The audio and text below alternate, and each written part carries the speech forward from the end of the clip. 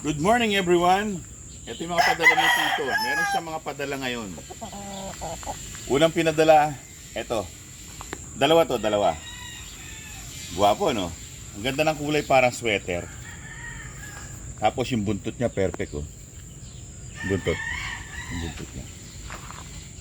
Walang blemish yung buntot, oh. Siya may blemish, ayan, oh. Meron siyang gasgas. Kasi, binitaw to, eh. Para makita. Yung paa niya, dirty feet. Tapos, dark spar. Matangkad tong klase mo, no? Matangkad to. Ganda, tingnan nyo pag nakatindi.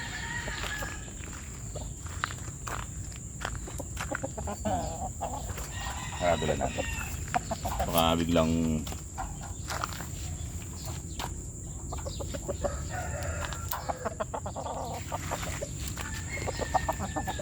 matangkad, no? Tayo mo yung silong niya sa baba.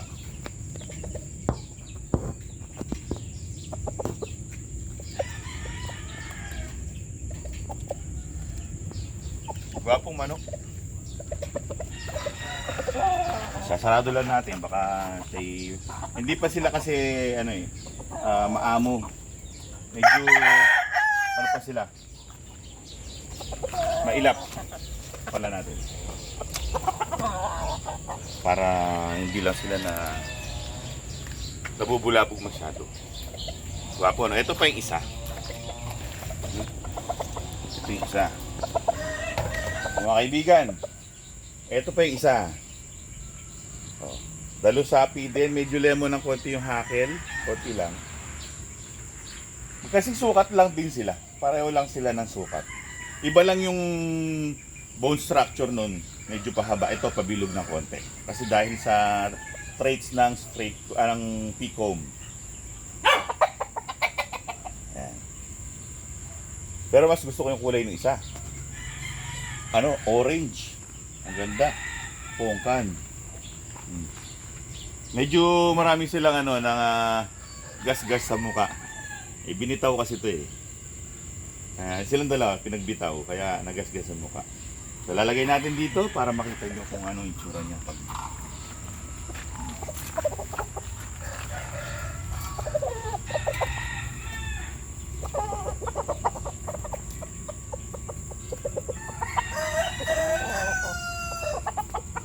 Galing, no? Una muna medyo malayo para makita yung tindigan.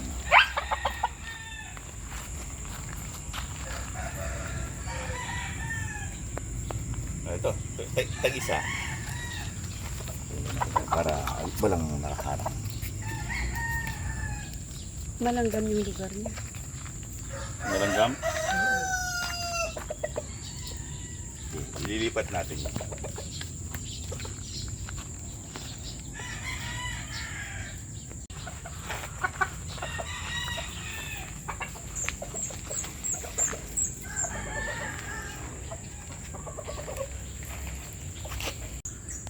So ayan kanilang tindigan.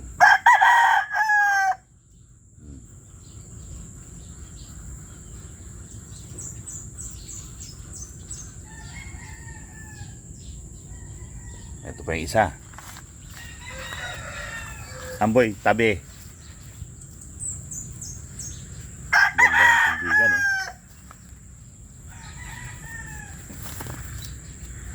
Amboy, huwag magulo.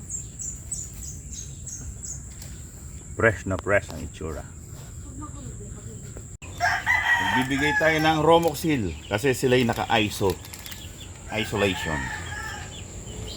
Para bacteria flushing. Mas maganda na daw na double dose kesa sa underdose. Dadamihan ko lang ng tubig yan. Yung paghahatiin para pantay yung timpla. Dadagdagan naman ng tubig.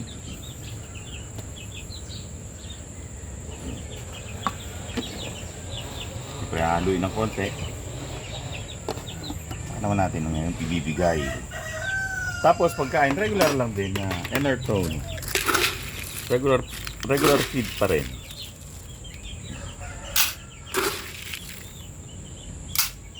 Kainin na natin sila.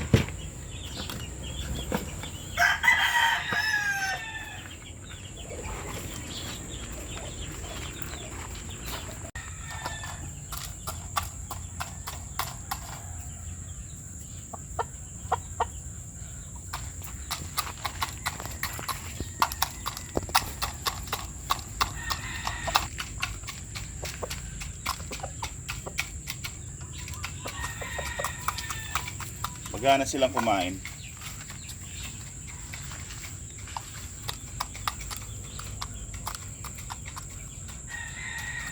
Bukod sa mga tandang, meron pa siyang padalang itlog. Heto yung mga itlog. Bali 5.55 ang number. 3.59, 2.57 at 2.56. Lahat yan mga radio eggs. Radio eggs. Meron na tayong 2 radio na chicks. Ayan o. Actually 16 to, 16. Tapos 4 yung napisa. May 2 mahina. Wala na yung mahina. So 2. Hindi pala sa babae yung isa, lalaki din. So nakadalawang lalaki. Nabuksan ko lang para. Ayan, yung 2 boys. Parehong lalaki. Red-breasted yung isa. Kala ko babae. Lalaki din pala. So, yung isa malaki, yung isa maliit. 2 yung nag-survive. 2 yung resulta ng 16 eggs. So, hopefully, itong mga itlog na to, mataas yung hatch rate. Sana, para baga sa mas sulit yung padala. Kasi last time, 2 out of 16, 2 lang yung naging sisiw talaga. Mababa. Kasi syempre di mo na masisisi yun yung biyahe. Pero well, okay lang naman yun. Talagang ganyan. Pag binabiyahe yung mga itlog, bumababa talaga yung hatching rate. Pero sulit dun, no? Ayan. Tapos na silang kumain. Relax na sila. Ano na lang, yung patayo-tayo na lang. Well, di pa sila pwedeng itatali kasi naka-ISO pa sila. Isolation. Pagkatapos ng 5 days of flushing, bacterial flushing, 1 day rest, tapos deworming, tapos 1 day rest, tapos delousing, tapos 1 day rest, tapos B-complex na injectable. Tapos, the next day, pwede na silang i-cord para makasalamuha na sa ibang mga alaga.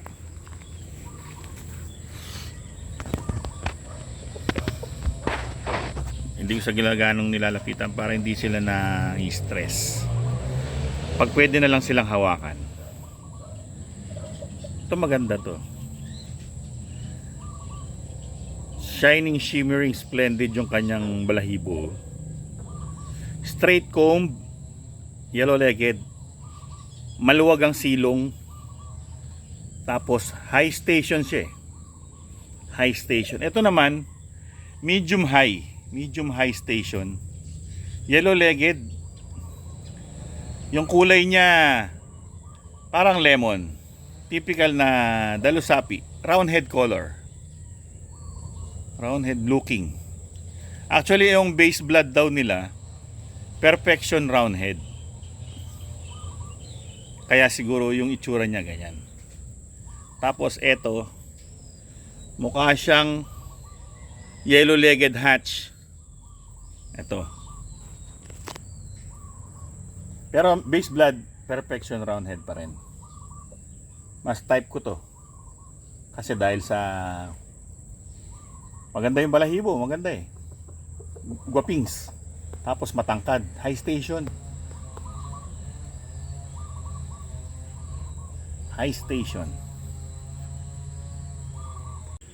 So ayan mga kaibigan, ang mga padala ni Tito. mga gwapong mga tandang, tsaka isang dosen ng itlog. Papa-incubate ko na yan para antayin na lang na maging sisiw. So sana nag-enjoy kayo sa episode na ito. Hanggang sa susunod na episode. Alam.